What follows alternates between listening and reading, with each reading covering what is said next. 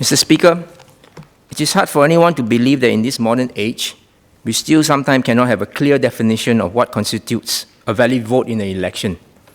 I've seen a ballot paper with a faint squiggly cross marked inside a demarcated box rejected by an assistant returning officer or ARO on the basis that the intention of the voter was not clear. I was flabbergasted and perplexed at the same time on how the ARO could arrive at such a conclusion. The said voter could easily be an elderly person who, for some reason, could not imprint a more forceful mark on the ballot paper, but that did not mean his or her intention was not clear in any way. I've also seen ballot papers with a thick and a diagonal line drawn across it, well within the demarcated box for the preferred candidate, being marked for rejection. The reason? A thick means yes, but the diagonal line across it forms an X, which means no. So yes and no at the same time, the intention of the voter was not clear. Yet I have seen an X mark on the party logo area counted as valid. I've also witnessed symbols and expletives in the demarcated box of a ballot box counted as valid as well. When I asked the returning officer to adjudicate on the validity of the rejected votes, he said that the individual ARO at the respective counting table has the authority to decide on such matter. Sir, in the 2 general elections I've contested, there were at least 6 counting tables in each of the counting centers. So I'm looking at potentially 6 different interpretations of what constitutes a valid vote just in one counting center alone. How can we call ourselves a developed country when we cannot even define in simple terms or without ambiguity what is a valid vote? So while this amendment bill seeks to issue clearer guidelines on what the returning officer and their assistant should look for in a ballot paper when determining the intention of the voter, I wish to seek some clarification from the Minister on some of the proposed changes.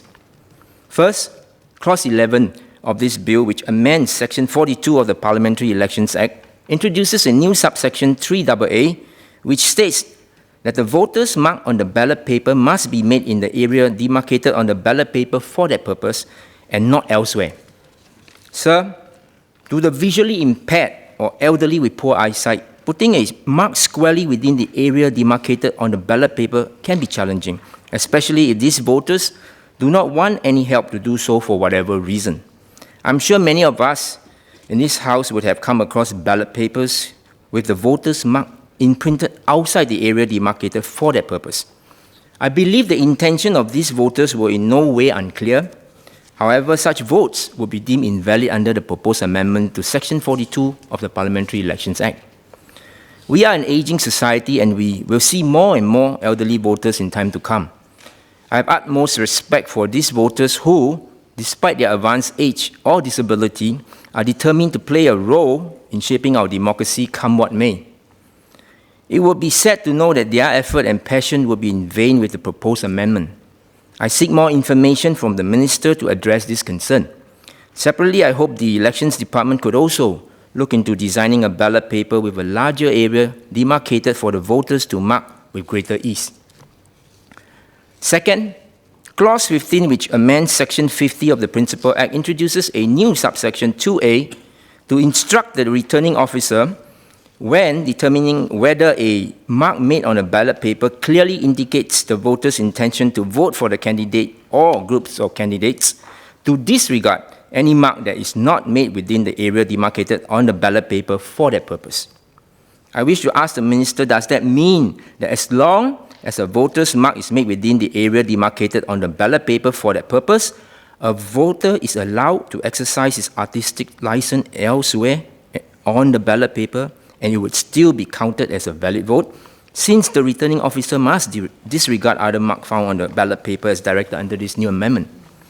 If a voter were to cross out the name of a particular candidate with words like clown, my hero, or Mr. Bean, and then proceed to put an X in the area demarcated on the ballot paper for that purpose, would the returning officer be compelled to treat it as a valid vote under this proposed amendment to Section 50 of the Parliamentary Elections Act?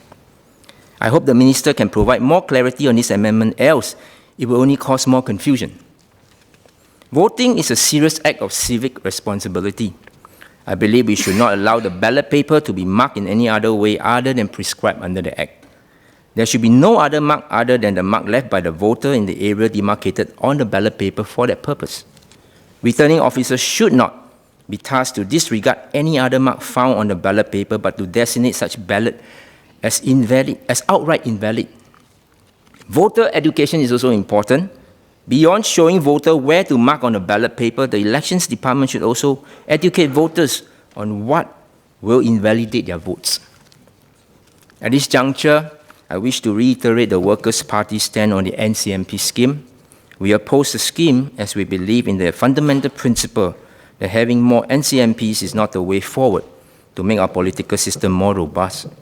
So barring the amendment made to Section 52(1) of the Principal Act to revise the formula to determine the number of NCMP to be declared in an election, I do support the amendment bill.